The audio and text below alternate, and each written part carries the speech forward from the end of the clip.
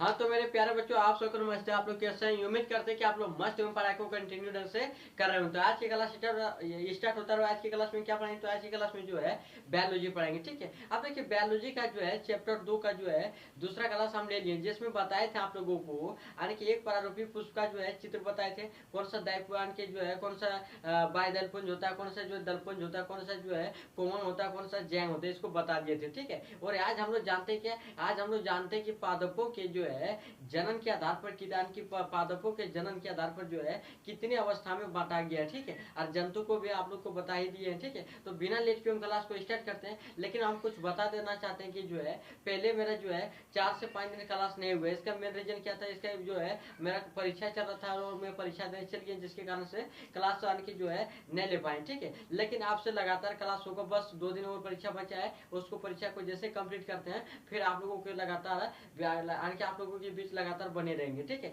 तो बिना लेट के हम क्लास को स्टार्ट करते हैं और जानते हैं कि जो है पादपों में जन्म के आधार पर कितने अवस्थाएं होता है। तो देखिए पादपों में जो है जनन की 3 अवस्थाएं होता है। कितने अवस्थाएं होता है? जनन की 3 अवस्थाएं होता है, ठीक है। सबसे पहले क्या होता है? सबसे पहले हम लोग जानते हैं जंतु के, जंतु में भी 3 होता है, पादपों में भी 3 होता है। तो जंतु जो दिख रहा है, जंतु में सबसे पहले कौन सा अवस्था आएगा? किशोर अवस्था। फिर क्या आएगा? प्रजनन अवस्था। अब फिर क्या आएगा? जान की जीर्ण अवस्था। अब देखिए ये जो है ये सिर्फ किस में आता है? जंतु में आता है। लेकिन बात क्या, जब पादप में, पादप में क्या आता है? कायिक अवस्था, फिर देखिए लैंगिक अवस्था, फिर जीर्ण अवस्था। अब देखिए हम लोग जानते हैं कि कायिक अवस्था में क्या होता है। पादप में जो है कायिक अवस्था में क्या होता है कि इस अवस्था में जो है पादप केवल वृद्धि करते हैं, यानी कि कायिक अवस्था में जो पादप केवल क्या करने पर लगा रहेगा? तो वृद्धि करने पर लगा रहेगा, ठीक है। और लैंगिक अवस्था में क्या करता है? तो इस अवस्था में पादपों में पुष्पन होता है। क्या होता है? पुष्पन होता है, ठीक है, यानी कि पुष्प आने लगता है। अर्थात पादपों पर पुष्पन का निर्माण होना कि जो पादप है उस पर पुष्प खिलने का यानी कि शुरू हो जाता है। किसमें?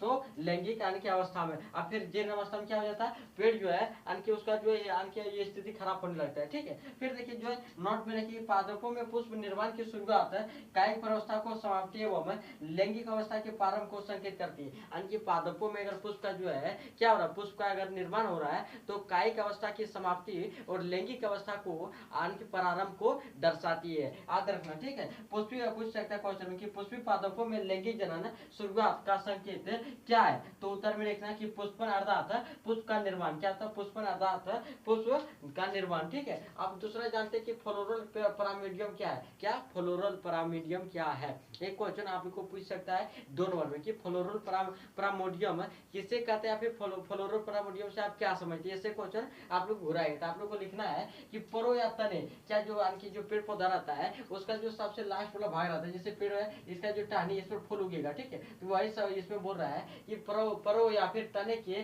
सिरों, जो तने के सिरा रहता है पर उपस्थित कलिकाएं, इसके इस पर जो उपस्थित कलिकाएं रहता है, ठीक है। वही लिखा कि परो या फिर तने के सिरों पर उपस्थित कलिकाएं जिस पर पुष्प का निर्माण होता है, जिस पर क्या होता है? पुष्प का निर्माण होता है, उसे फ्लोरल परामोडियम कहा जाता है। क्या कहते हैं? फ्लोरल परामोडियम। जैसे इस पर जो है ये कलिकाएं गया, इस पर जो है क्या फूल का निर्माण हुआ, तो इसको जो हम लोग पूरा को क्या कहेंगे? इसको हम लोग पूरा कहेंगे फ्लोरल परामोडियम। क्या कहेंगे? फ्लोरल परामोडियम कहते हैं, ठीक है। फिर देखिए इसमें क्या बोल रहा है कि हम लोग अगर सिर्फ जानते हैं कि परामोडियम किसे कहते हैं तो लिखना है कि तने, तने के सिरों पर पाए जाने वाली कलिकाएं, तने के सिरों पर पाई जाने वाली कलिकाएं, कलिकाएं, ठीक है, जिस पर पर्ण शाखाएं एवं पुष्प का निर्माण हो, जिस पर पर्ण शाखाएं भी उपस्थित हो और पुष्प का निर्माण भी हो, ठीक है। पुष्प का निर्माण होता है उसे पानी की प्रामोडियम कहा जाता है। क्या कहा जाता है? प्रामोडियम कहा जाता है। अगर अपना आप लोगों को समझ में आ गया पहले आप लोग नोट कीजिए, फिर हम लिख करके बता रहे। पहले आप लोग नोट कीजिए, 2 मिनट का समय दे रहे, नोट कीजिए।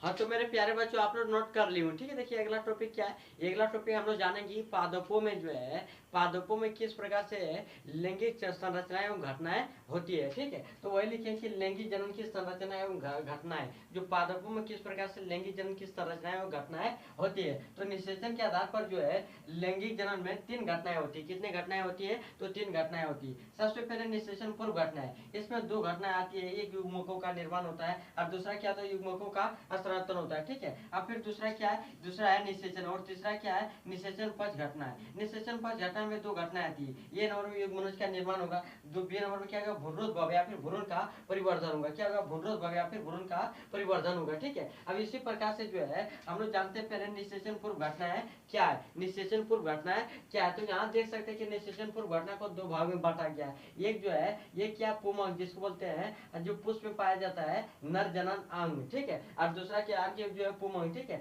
और दूसरा क्या है, ज्यांग, जो स्त्री की, ये जो है फूल में पाया जाता है क्या, स्त्री जनन अंग, ठीक है। अब देखिए पुमंग को जो है, पुमंग में क्या पाया जाता है, तो पुकेसर पाया जाता है। पुमंग में क्या स्थित होता है, पुकेसर स्थित होता है। पुकेसर, पुकेसर को जो है हम लोग क्या बोलते हैं, अब देखिए पुकेसर पाया जाता है, और पुकेसर में जो क्या पाया जाता है, परागकोश पाया जाता है। क्या पाया जाता है, परागकोश। अब परागकोश में क्या पाया जाता है, परागकोश में जो है युग्मक जनन पाया जाता है। क्या पाया जाता है, युग्मक जनन। और युग्मक जनन में क्या रहता है, तो परागकण रहता है। क्या रहता है, परागकण रहता है, ठीक है। इसी प्रकार जो ज्यांग है, ज्यांग में क्या पाया जाता है, तो स्त्री केसर पाया जाता है। और स्त्री केसर में क्या पाया जाता है, तो बीजांड पाया जाता है। और बीजांड में क्या पाया जाता है, युग्मक जनन पाया जाता है। और युग्मक जनन में क्या पाया जाता है, तो भ्रूण, भ्रूण कोष पाया जाता है। क्या पाया जाता है, भ्रूण कोष पाया जाता है, ठीक है। तो देखिए हम लोग जो है इसको हम लोग पुकेसर को हम लोग बोलेंगे क्या, लघु बीजाणु पर्ण। क्या बोलेंगे, लघु बीजाणु पर्ण बोलेंगे, ठीक है। और फिर जो स्त्री केसर को हम लोग क्या बोलेंगे, गुरु बीजाणु पर्ण। क्या, स्त्री केसर को गुरु बीजाणु पर्ण बोलेंगे। लेकिन परागकोश को हम लोग क्या बोलते हैं, लघु बीजाणु धानी। क्या,